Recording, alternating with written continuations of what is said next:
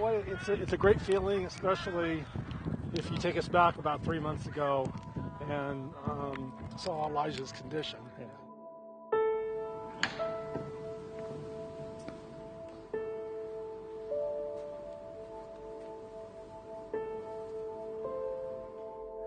My name is Elijah Minnick. I'm 17 and St. Luke saved my life.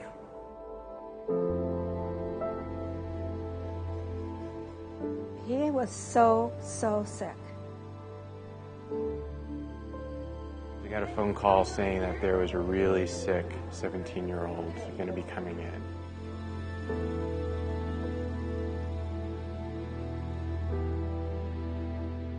The first time I felt like I was getting sick was December 25th, Christmas. I remember I wasn't feeling very good, and when it first happened, I was just like, oh, this is a cold. I'll get over this. It'll just be fine. I started hyperventilating. I was breathing really hard. I was, freaking out, and I was just like, I was scared. I was really scared. I remember sitting out in the living room, and my brother was sitting there. And I was telling Jonah, I don't know what's going on. I was sweating. I was like, something's wrong with me. I'm really scared. And I took my cracker. I didn't even eat it. I was like pushing it on the screen like, hey, Mom, something's wrong with your screen.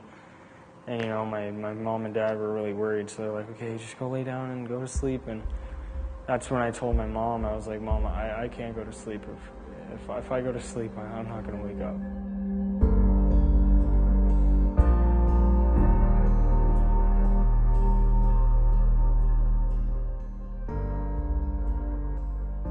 I had a lot of things going through my mind. I was just kind of lost in my head. I was scared.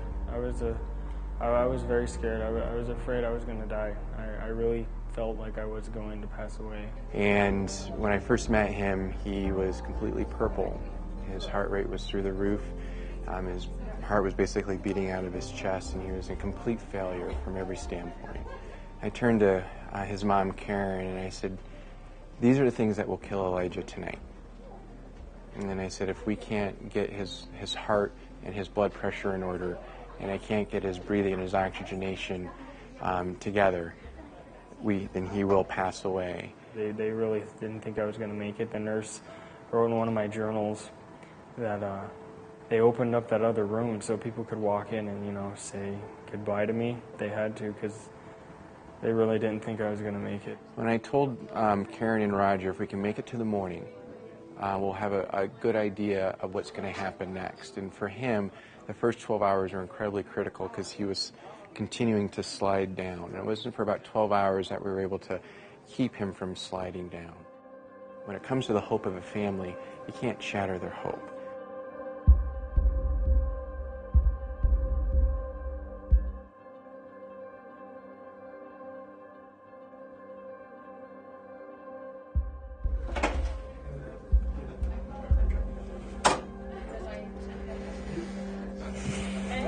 Hey guys, how you doing? Call me first. Good to see you.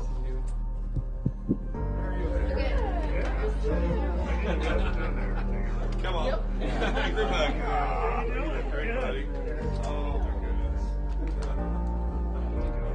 We didn't know if he was going to do as well as he was going to do. So every day that, he started to wake up a little more and started to interact a little more was just really, really exciting. And How are you? This is so nice,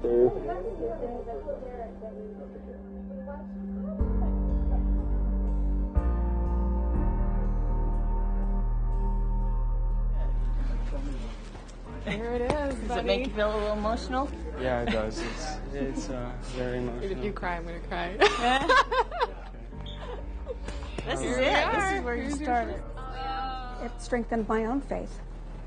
Strengthened my own faith. I was in the room when he stood up for the first time, and he was still on the vent.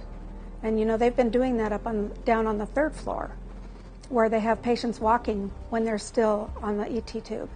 And I watched him stand up, and I don't know how many, I think he had 6 staff people around him. And we cheered for that kid, and he is so strong. He's so strong. Oh, sorry. There we go. Love you, bro. Love you too, Elijah. Don't know what I'd do without you. Yeah, I don't either. It's hard. I haven't stepped inside that room since, the first couple nights. Thank you. When we were coming down the hallway, the staff was lined up on both sides as the gurney came through. They were ready for anything. That night when Elijah was here, as I'd never seen anybody work as hard and as efficiently as you guys did that first night. Thank you. That doesn't seem like enough to say thank you.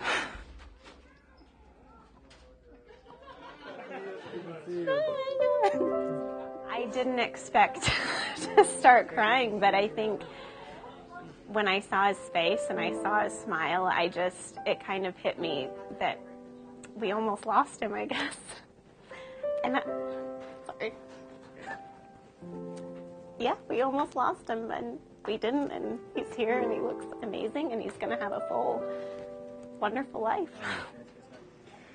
When you see the tears of a father and hear the cries of a mother at bedside for days on end, and to be able to talk to a patient that I hadn't talked to and see him walk in and hear his voice,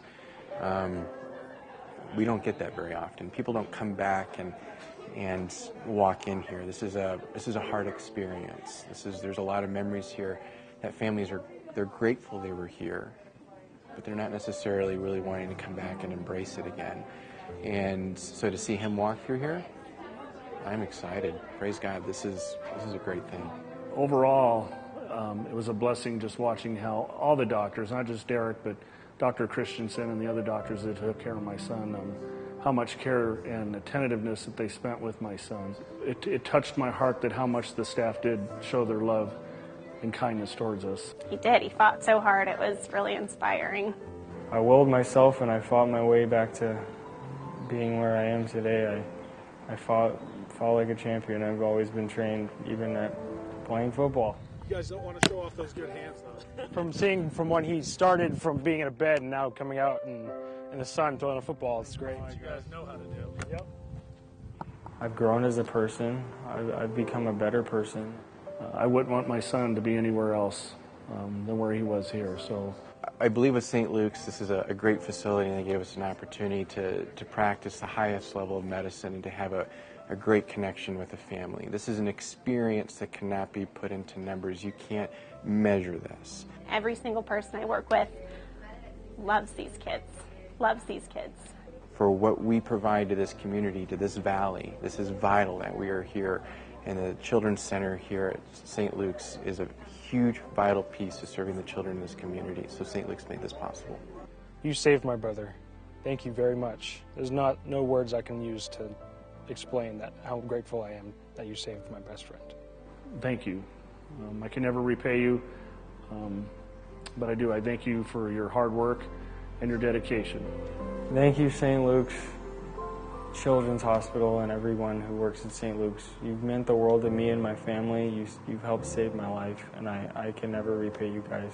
I love you all to death, and you helped me become a better person. Thank you.